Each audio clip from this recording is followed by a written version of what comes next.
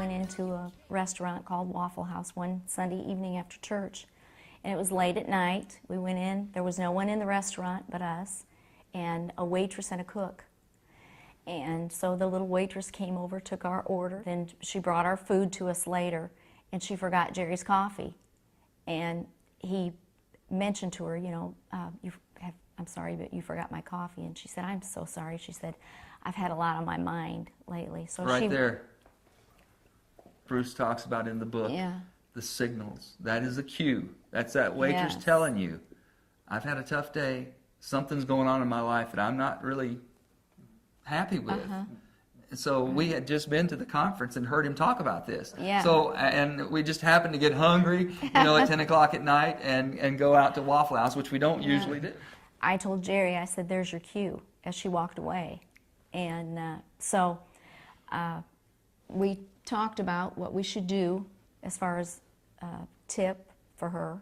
And, well, I guess you wouldn't want to call it a tip. It was a miracle. It was a tip, but it was a miracle at the same time, because we knew that we were supposed to deliver it to the girls. So. But we also had compassion for the cook, too, you know, because we know that they don't make much. The waitresses, you know, hourly rate is very low, and everything depends on their tips. And there was nobody in there. There was no one. So they weren't making us. any money, you know. There was nothing going on. It was cold out, too. It was freezing cold outside. So, there, you know, people weren't out.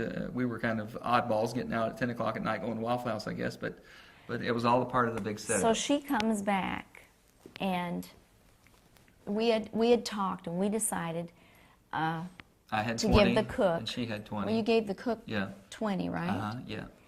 And so we gave the cook 20, and then the little waitress came back, and we had decided to give her $40 specifically. I don't know why. You know, we felt like the Holy Spirit nudged us to give her $40. So when she came back, and we said, you know, the Lord wanted us to give this to you. She looked at the cook, and she said, did you tell him?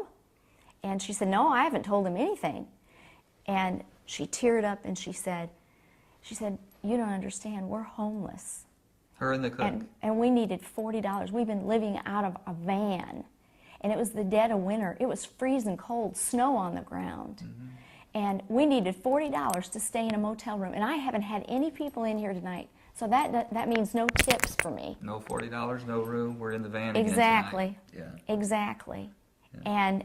And of course, then they just opened up, and we began to talk to them about the Lord, and we ended up getting them both a week in the hotel room. And the one little waitress said to me, she asked me if we were angels. We said no, no. we're just regular people like you.